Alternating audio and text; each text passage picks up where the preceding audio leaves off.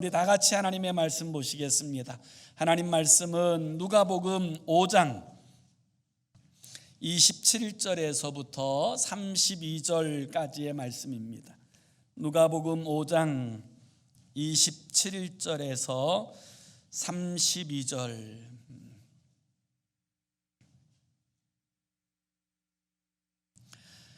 우리 27절에서 32절까지 우리 함께 같이 읽습니다. 시작. 그 후에 예수께서 나가사 레위라 하는 세리가 세관에 앉아 있는 것을 보시고 나를 따르라 하시니 그가 모든 것을 버리고 일어나 따르니라. 레위가 예수를 위하여 자기 집에서 큰 잔치를 하니 세리와 다른 사람이 많이 함께 앉아 있는지라. 바리새인과 그들의 서기관들이 그 제자들을 비방하여 이르되 너희가 어찌하여 세리와 죄인과 함께 먹고 마시느냐. 예수께서 대답하여 이르시되 건강한 자에게는 의사가 쓸데없고 병든 자에게라야 쓸데있나니 내가 의인을 부르러 온 것이 아니요 죄인을 불러 회개시키러 왔노라. 아멘. 사람들이 이름을 지을 때에는 그 이름 안에 뜻이 있고 그리고 기대가 담겨져 있는 줄 압니다. 저희 부모님께서 저를 낳고 저의 이름을 지으셨는데 그 이름의 뜻이 큰 덕, 쇠북종, 크게 덕을 세우는 종이 되라, 이런 뜻을 가지고 이름을 지으셨다 그래요. 저희 아버지의 바람대로 그렇게 크게 덕을 세우는 종은 되지 못했지만 또 그런 종이 되기 위해서 아직도 힘쓰고 마음을 기울이는 것이 사실입니다.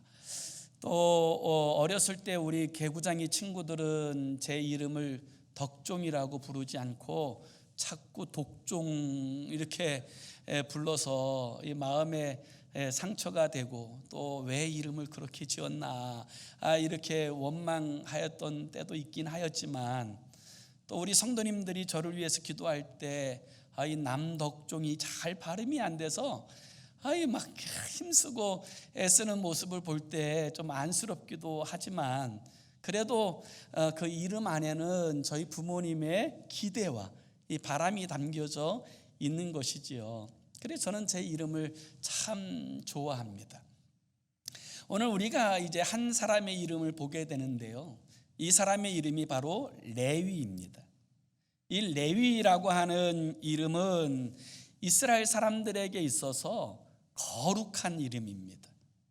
원래 이 레위라고 하는 이름은 야곱의 셋째 아들의 이름인데요, 이 훗날 이 레위의 후손들이 하나님의 성전에서 봉사하고 섬기는 이 사역을 감당하면서부터 그때부터 이스라엘 사람들에게 있어서 이 레위라고 하는 이름은 거룩하게 하나님을 섬기는 사람들이라고 하는 그런 이름을 갖게 되어진 거지요. 오늘 본문에 등장하는 이 레위라고 하는 이 사람도 아마 그 부모가 그런 뜻을 가지고 이름을 지었을 것이라고 생각합니다. 그 부모인 알페오는 그의 아들이 태어나자 이제 레위라고 그 이름을 지었는데 그 이름의 뜻은 연합하다, 이런 뜻을 가지고 있는 이름입니다. 아마 많은 사람들과 잘 연합하고 어울려서 행복하고 이 복된 사람이 되기를 원하는 그런 기대가 있었을 것이고요. 또 하나는 그 레위 지파 대대로 내려왔던 그 거룩한 전통을 지키면서 하나님을 섬기고 하나님을 봉사하는 이 거룩한 하나님의 사람이 되기를 원하는 그런 기대를 가지고 그 이름을 지었을 것입니다. 그런데 오늘 이 본문에 등장하는 레위는 그런 삶을 살지 못했어요. 오히려 사람들과 어울리는 자리에 있는 것이 아니라 외톨이처럼 살게 되었고, 또 하나님 앞에 거룩하게 구별되어서 하나님을 섬기는 삶을 산 것이 아니라 오히려 하나님의 덕을 가리우고 그리고 사람들에게 비난받는 그런 자리에 서게 되었습니다. 그렇게 되어진 이유는 그가 바로 그의 직업이 세리였기 때문입니다. 로마가 이스라엘을 통치하던 시기에 세리라고 하는 이 직업은 이스라엘 사람들에게 있어서 매국노처럼 그렇게 여겨졌던 부류의 사람들입니다. 로마 대신에 이스라엘 사람들의 세금을 거두고 심지어 착취하는 일들이 벌어지다 보니까 이 이스라엘 사람들에게 있어서 이 세리라고 하는 그 이름은 죄인 혹은 쓰레기, 그와 같은 표현으로 그들이 정의되었습니다. 그러다 보니까 사람들은 이 세리들과 어울리는 그것을 극도로 혐오하였습니다. 율법의 해설서라고 불려지는 이 미시나라고 하는 이 책에 보면 이런 표현이 등장합니다. 세리들에게는 돈을 환전해서도 안 된다. 또 법정에서 이 증인을 쓸 때에도 세리의 증언은 진정한 증언으로 받아들일 수 없다. 그렇게 이야기합니다. 한마디로 이야기하면 인간으로서 인정하지 않는 그런 이제 상대가 되어진 거죠. 또 그들의 돈은 훔친 것과 같기 때문에 구제금으로 준다 할지라도 받아서는 안 된다. 이렇게 쓰여져 있습니다. 그래서 실제로 거지들이 이 세리가 주는 돈은 절대로 받지 않았다고 그렇게 이야기하고 있습니다. 그러니까 이 세리들은 한마디로 이야기하면 이스라엘 사람들에게 있어서 손가락질의 대상이었고 경멸의 대상이었습니다. 그리고 죄인이라고 이야기하면 제일 먼저 떠오르는 단어, 그가 바로 세리였습니다. 그런데 주님이 그 세리를 찾아오십니다. 그게 복음 아닙니까? 만왕의 왕이신 창조주이신 하나님이 인간의 몸을 입고 이 땅에 오셔서 죄인된 우리들을 찾아오셨습니다. 그게 성경은 복음이라고 이야기합니다. 오늘 본문 27절에 보면 이 세리를 찾아간 이 주님의 모습에 대하여 이렇게 기록합니다. 그 후에 예수께서 나가사 레위라 하는 세리가 세관에 앉아 있는 것을 보시고 나를 따르라 하시니, 이 세관에서 세리를 하고 있는 레위를 보시고 주님이 이렇게 말씀하십니다. 나를 따르라.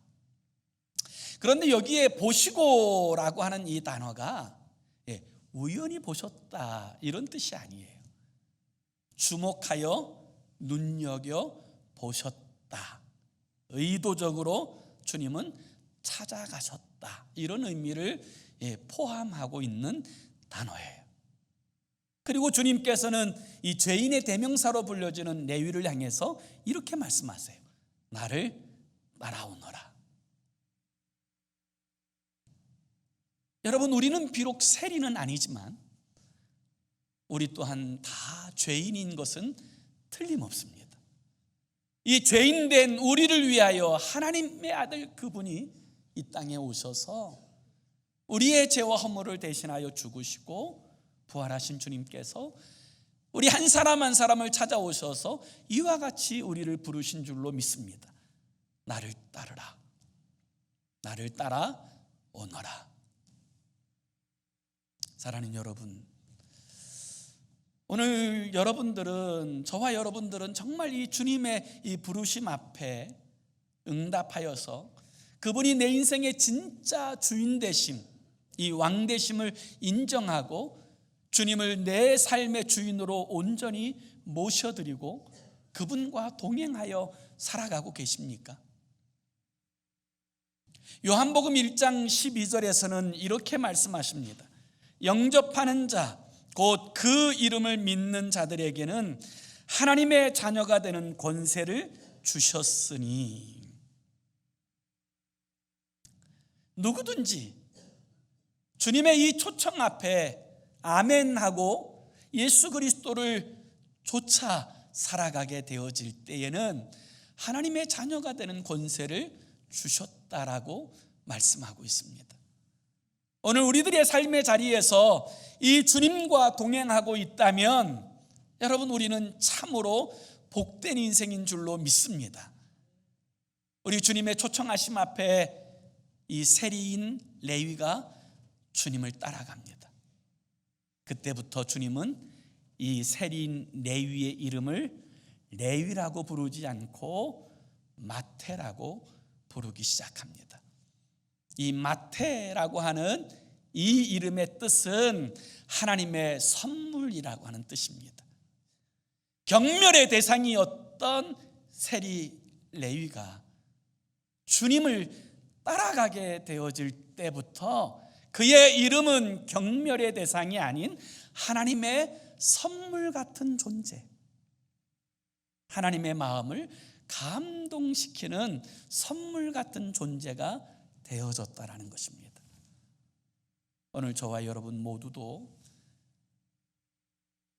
내 마음대로 살아갔던 세리 레위의 삶을 벗어놓고 이제 주님을 주인으로 삼고 그 주님과 동행하는 하나님 앞에 선물 같은 복 있는 그런 하나님의 사람들이 다 되어질 수 있기를 원합니다.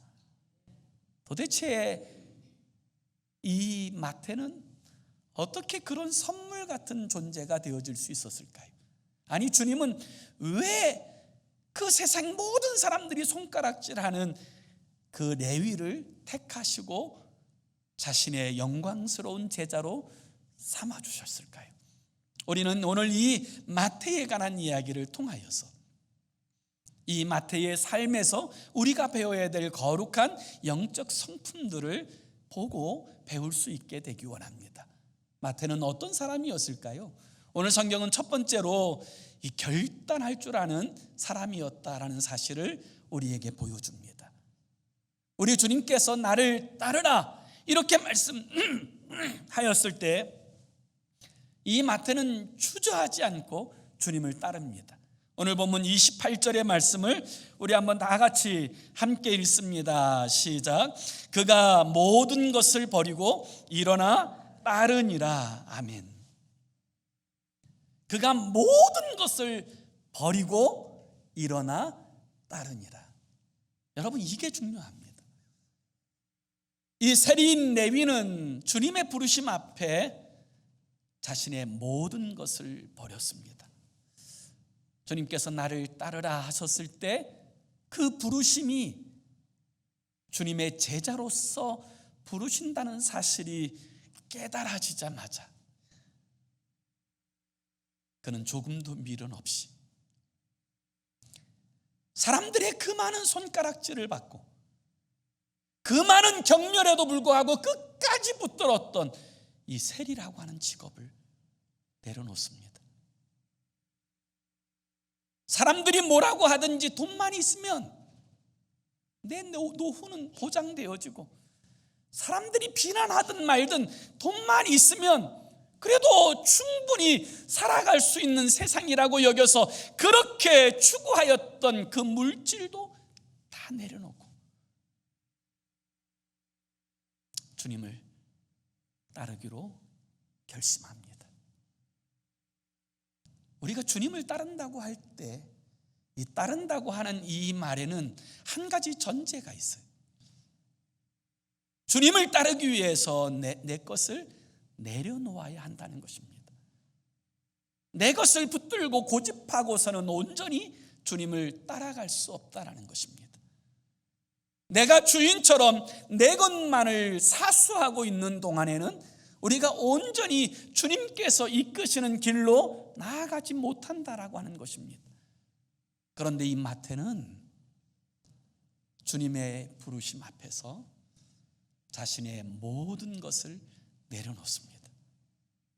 베드로도 안드레도 야고보도 요한도 배와 부친을 버려두고 주님을 따랐지만 이 마태는 그 정도가 아닙니다.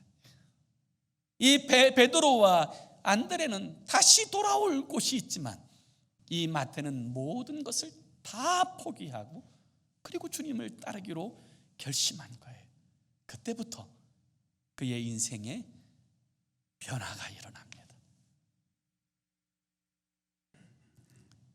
제가 좋아하는 화가 가운데 프랑스의 유명한 화가 중에 한 사람인 밀레라고 하는 사람이 있어요. 우리가 이 밀레라고 하는 사람을 생각하면 제일 먼저 떠오르는 것이 만종이라고 하는 그림일 것입니다. 뭐 이삭을 줍는 여인들 뭐 이런 그림들도 있고 참 아름다운 많은 그림이 있는데 원래 이 밀레라고 하는 이 사람은 젊었을 때 유명한 누드 화가였어요. 그래서 그의 책을 살펴보면 그냥 누드 화가가 아니고 아주 돈벌이가 굉장했던 유명한 누드 화가예요. 또 그 그림도 유명해서 그 그림만 가지고도 갤러리를 가지고 전시할 정도로 유명하고 돈 잘 버는 그런 누드 화가였는데 한 번은 이제 자신의 갤러리에서 전시하던 이 누드화를 구경하고 있던 두 젊은 청년이 자신이 그린 그 누드화 앞에서 히덕거리면서 음담패설을 하는 거예요. 그 모습을 보고는 이 밀레가 너무 충격을 받습니다. 그리고 그날 그는 하나님 앞에서 이렇게 결심해요. 하나님, 제가 어렸을 때 주님을 떠났는데 그리고 제가 여지껏 명예와 그리고 돈을 쫓았는데 이제 하나님께로 돌아가겠습니다. 그리고 밥벌이를 위해서 하나님이 주신 재능을 절대로 사용하지 않겠습니다. 그리고 그날 밤에 그 아내에게 이렇게 이야기하는 장면이 그 책에 기록되어 있어요. 우리가 굶어 죽을지언정 다시는 사람들을 시험에 들게 하는 그런 그림은 그리지 맙시다.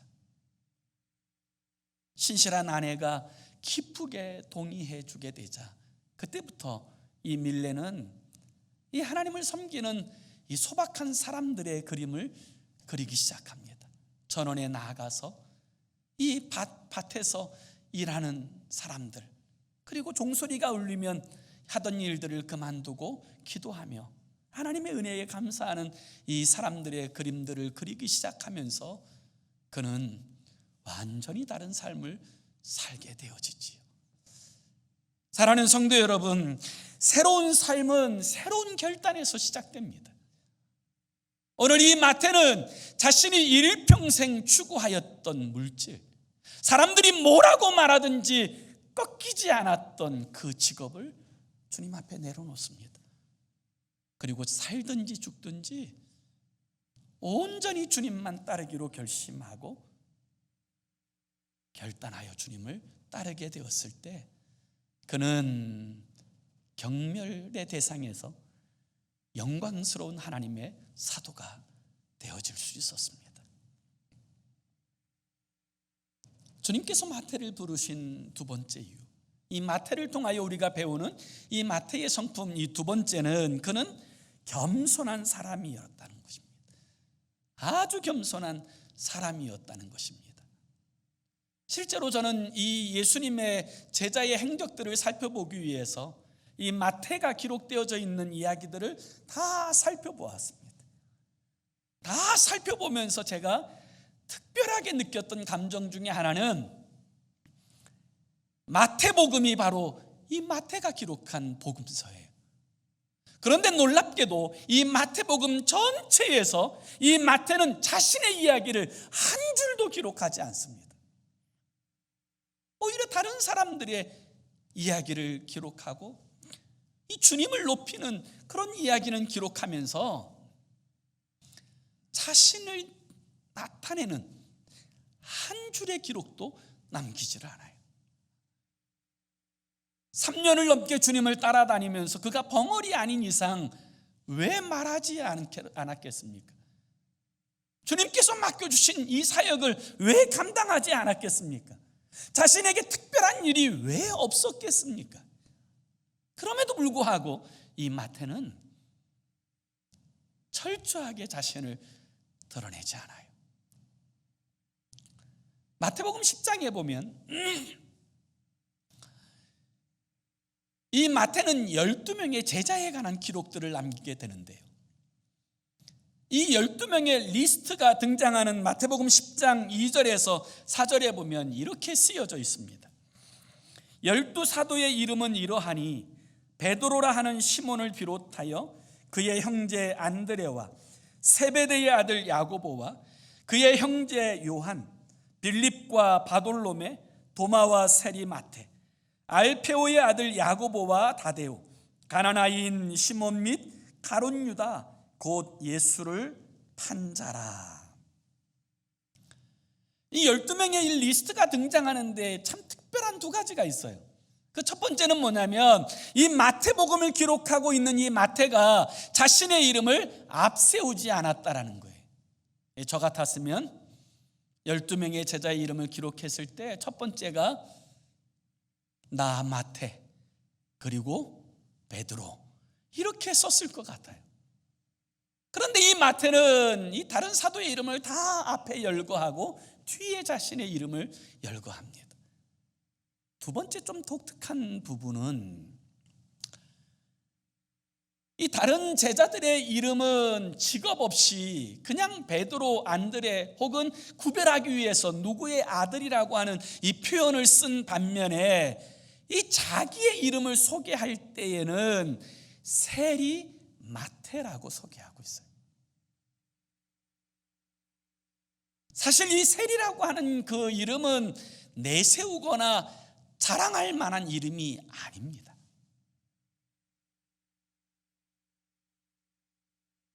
오히려 반대로 부끄럽고 수치스럽고 창피한 직업이지요. 감추고 싶은 직업이지요. 다른 사람 모르게 몰래 덮어두고 싶은 이 직업인데 이 마태는 자신을 소개할 때 세리 마태라고 소개해요. 그런데 이 마태가 이 소개를 할 때는요, 이 마태가 이 마태복음을 기록한 때가 언제냐면 예수님의 부름이 있고 나서 적어도 30년이 넘게 지난 후에 이 마태복음이 기록되어 있어요. 이 사건을 통하여 뭘 이야기하는 것입니까? 이 마태는 적어도 30년이 훨씬 지난 후에도 여전히 자신이 죄인 가운데 구원받은 그 하나님의 은혜 받은 이 사실을 잊지 않고 이 정체성을 끝까지 붙들고 살았다는 사실을 보여주는 이야기 아닙니까? 그게 겸손이에요.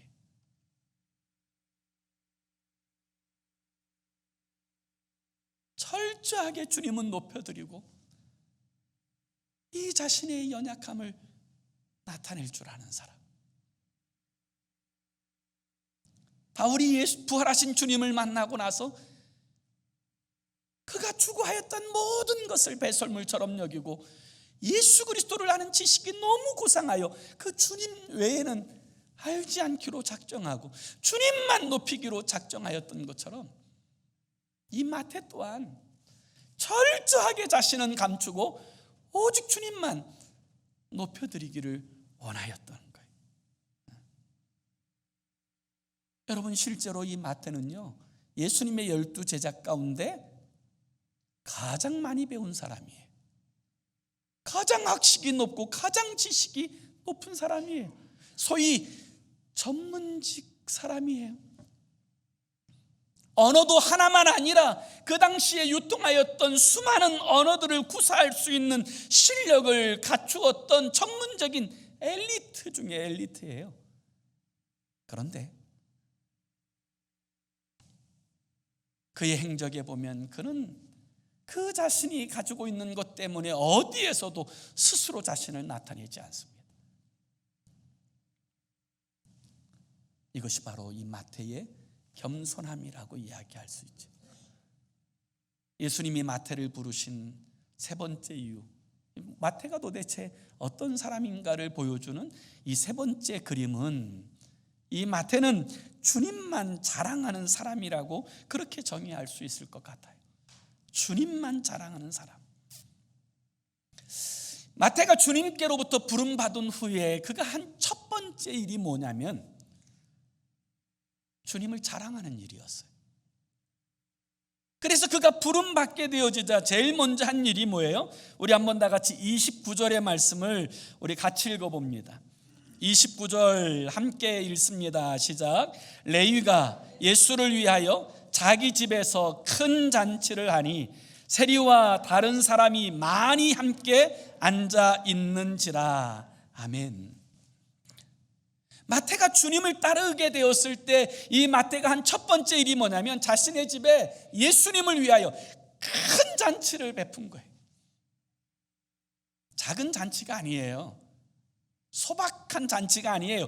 그 동네 전체가 떠들썩하게 사람들을 다 초청하는 큰 잔치를 베풀었어요. 왜 잔치했을까요? 기뻤기 때문일 겁니다. 죄인된 자신을 주님이 택하여 주시고 구원하여 주시고 또 영광스러운 주의 제자로 받아주신 것, 그게 기뻤기 때문일 거예요. 이 세상이 주는 기쁨과 달리 이 마태가 느끼는 이 기쁨이 얼마나 큰지, 그는 큰 잔치를 베풀어서 모든 사람들을 초청합니다. 예수님을 위한 잔치를 베풀었어요. 그리고 자신을 구원하신 이 주님을 자랑하고 싶었던 겁니다. 이 마태가 큰 잔치를 베풀었던 이유는 그는 공개적으로 이 자신이 이제 세리가 아니라, 죄인이 아니라 이제는 하나님의 소유되어진 하나님의 백성 되었다는 이 사실을 나타내고 싶었던 거예요. 여러분, 그게 예배 아닙니까? 그게 세례 아니에요? 예배라고 하는 것은 구원받은 하나님의 백성들이 구원의 감격으로 하나님을 찬송하는 거예요. 그게 예배예요. 그리고 세례라고 하는 것은 이 자신이 세상에 속한 사람 아니요 하나님의 소유된 백성인 것을 모든 사람들 앞에 드러내는 거예요. 그게 세례예요. 그래서 마태는 자신의 집에 큰 잔치를 베풉니다. 마태가 잔치를 베푼 또 다른 이유가 있다면 그것은 자신처럼 죄인들이 와서 예수 믿고 거듭나고 구원받기를 원했기 때문이에요. 그래서 마가복음 2장에 보면 이 잔치를 통하여 많은 사람들이 예수님을 따르게 되었다고 그렇게 증언하고 있어요. 이게 여러분 구원받은 이 마태의 마음 아닙니까? 주님을 진짜 알게 되어진 이 마태의 심정 아닙니까? 와 보라, 나 같은 죄인을 구원하신 그 주님을 와서 보라. 세상에서 그렇게 경멸받던 나를 택하여 주신 그 주님을 와서 보라. 여러분, 이게 마태가 자신의 모든 것을 털어서 큰 잔치를 베푼 이유예요.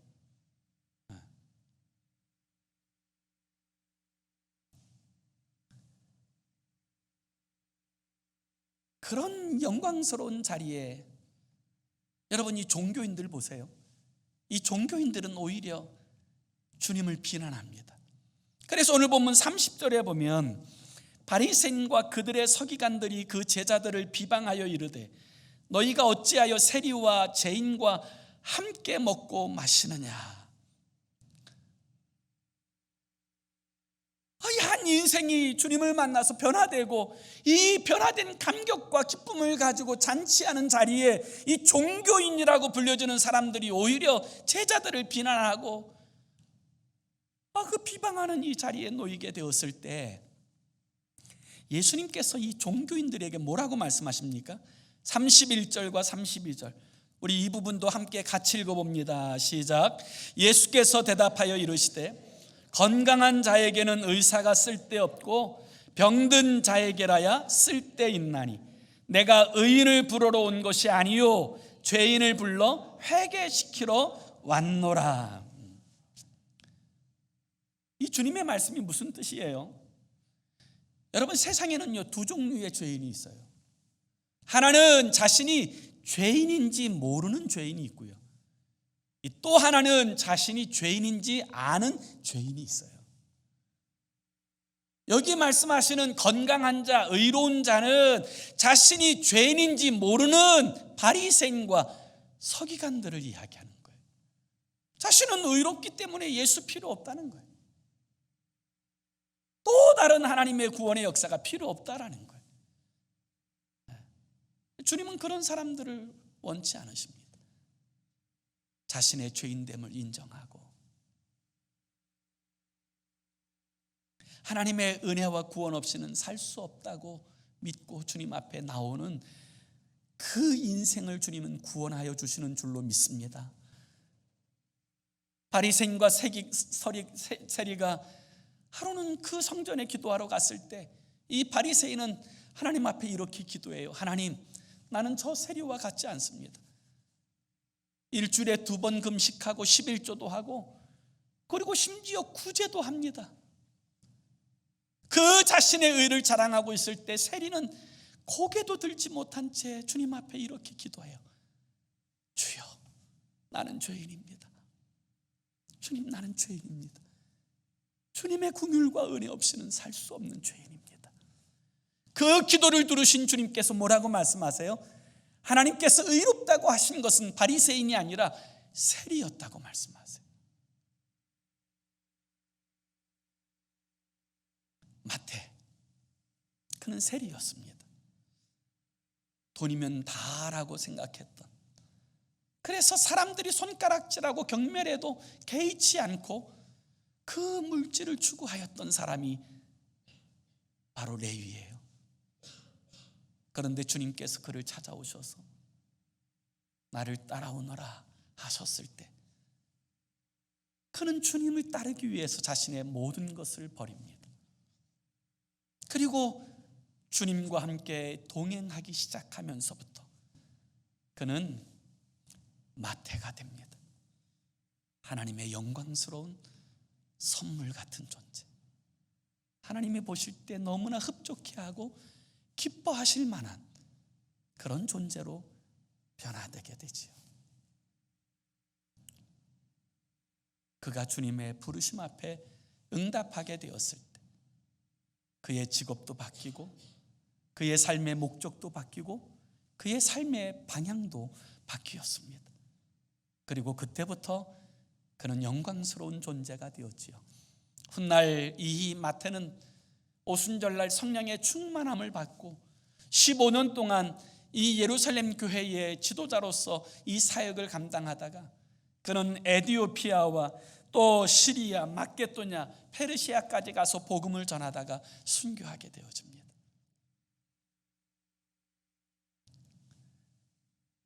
마태, 경멸의 대상에서 가장 영광스러운 존재로 변화된 이 마태처럼 저와 여러분들의 삶이 그렇게 주님 앞에 쓰여지는 영광스러운 하나님의 사람들로 세워지는 은혜가 있기를 예수의 이름으로 축원합니다. 기도합시다. 우리 함께 같이 기도했으면 좋겠어요. 이렇게 기도했으면 좋겠어요. 우리 주님께서 마태를 부르실 때 무리로 부르신 것이 아니라 지명하여 제자로 부르셨어요. 우리도 주님께서 무리로 부르지 아니하시고 제자로 부르신 줄 압니다. 주님, 우리로 하여금 무리가 아니라 제자로 주님을 따르게 하여 주옵소서. 그리고 세리 레위의 삶의 자리에서 영광스러운 마태의 자리로 우리의 삶이 변화되어지는 그런 하나님의 사람으로 행하여 살게 해달라고 우리 다 같이 함께 합심으로 기도하겠습니다. 살아계신 하나님 아버지, 우리 하나님의 놀라우신 은혜와 사랑을 진심으로 감사합니다.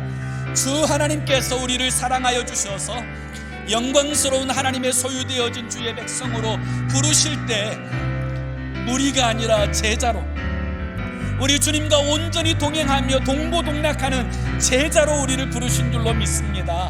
하나님 아버지, 세상의 편한 길로 나아가는 길을 선택하기보다 아버지 주님의 제자로서 아버지 좁은 길 가지만 우리 주님과 동고동락하는 그 거룩한 길간을 주의 사람이 되게 하여 주시옵소서.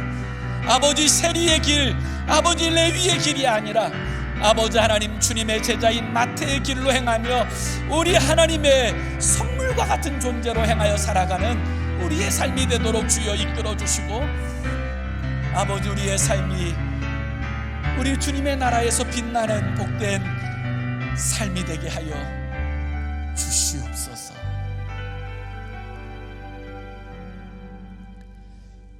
사랑하는 주님, 우리는 죄인입니다.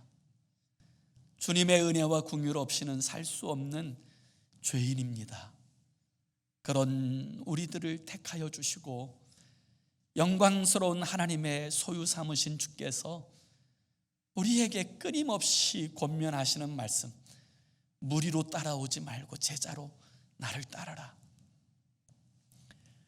아버지, 그렇게 따르기 위해서 우리가 버려야 될 것, 포기해야 될 것, 내려놓아야 될 것이 있을 것입니다. 세상을 줬던 때에 추구하였던 모든 가치관을 내려놓고 주님께 내 모든 것을 맡기고 따라가는 진정한 그리스도 예수의 제자된 삶으로 우리가 이끌려지게 하여 주옵소서. 예수 그리스도의 이름으로 기도 올리옵나이다. 아멘.